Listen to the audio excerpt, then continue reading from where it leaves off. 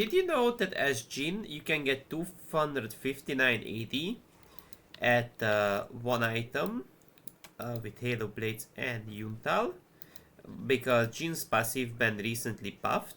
But if you would go Collector instead, there will be, and obviously Fleet or Dark Harvest, whatever you go for, the damage difference would be actually quite significantly high. Even though you do deal actually 12 more, you have 10 more Vitality, my bad, it got nerfed, and also you can pay 5% execution reach. Often in terms of scaling, Yuntal will be better, and not only in terms of scaling, obviously. So once you have like more and more items and levels, what's gonna happen is that the Yuntal's damage multiplier will be super nice. As you can see, like if we skip a teensy bit forward, 375, right, with 2 items. A basic attack 442, right. Now if I would have Collector or whatever you would like to build, again, like we can see a damage difference 347. We can get Halo Blades as well. Boom, 394. So we can visually see that eventually, once you stack up Yumtal 100% in terms of value, it will diminish Collector. And so like the idea about Yumtal that's kind of interesting is that obviously in crits it will reset faster, and this is more of a meant to be on hit ADCs, but it provides 65% attack speed, crit, and all that nice stats. And so the interesting thing about jhin is that, for example, even if you get a single like basic attack of whatever, we can just get boots just so.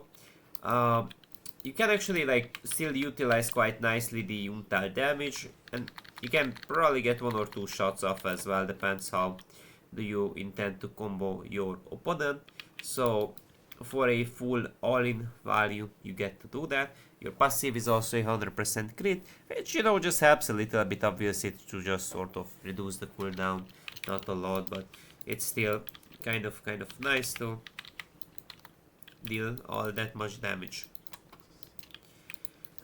So keep it in mind that not only in terms of like, obviously you have the activatable attack speed, right? You also have attack speed, flat attack speed value. So as you can see, even without the passive itself being triggered, you're still gonna have more AD as if compared to Collector.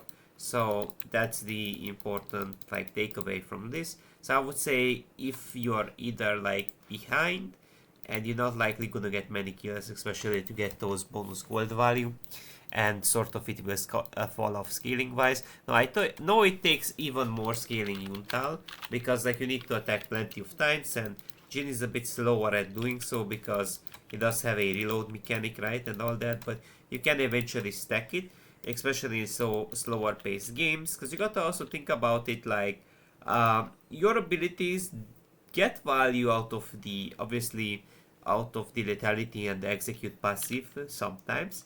But if you get to basic attack someone, or either have some crit stacks, it doesn't have to be 25, then it can somewhat match up to Collector. Even if you get like, let's say like 1 basic off, you have to like disengage or something, and maybe you look for an angle, you may still get some Yuntal damage value off in that 6-second span, which will be still kind of useful. So I would say, generally speaking, Yuntal could be more considerable, because the late game scaling will be also eventually super nice. You get this, generic like jhin build, and you can see 650 later on. Boom, sell Collector, you get Yuntal instead. Boom, we wait Halo Blades, 620 already with Halo Blades, 716. So we can see it's really nice even in terms of scaling. So we go to max level, super nice, lots of damage. And so we can also see at maximum level, sort of, right? Wait, I think Hob wasn't on at the same time. It wasn't well synced to the, wasn't super well synced, I guess, to the Yuntal. And so like, 846, insane. right? And we get collector. Boom, we have collector, and we can see the damage difference. Even with hobble, it's gonna be a bit less. So keep that in mind. That Yunta is just the goat then, or what, guys? It's just the goat. Boom, get that value, get that value. Alright, so that's it for now, guys. Have a nice day, and see y'all in the next video.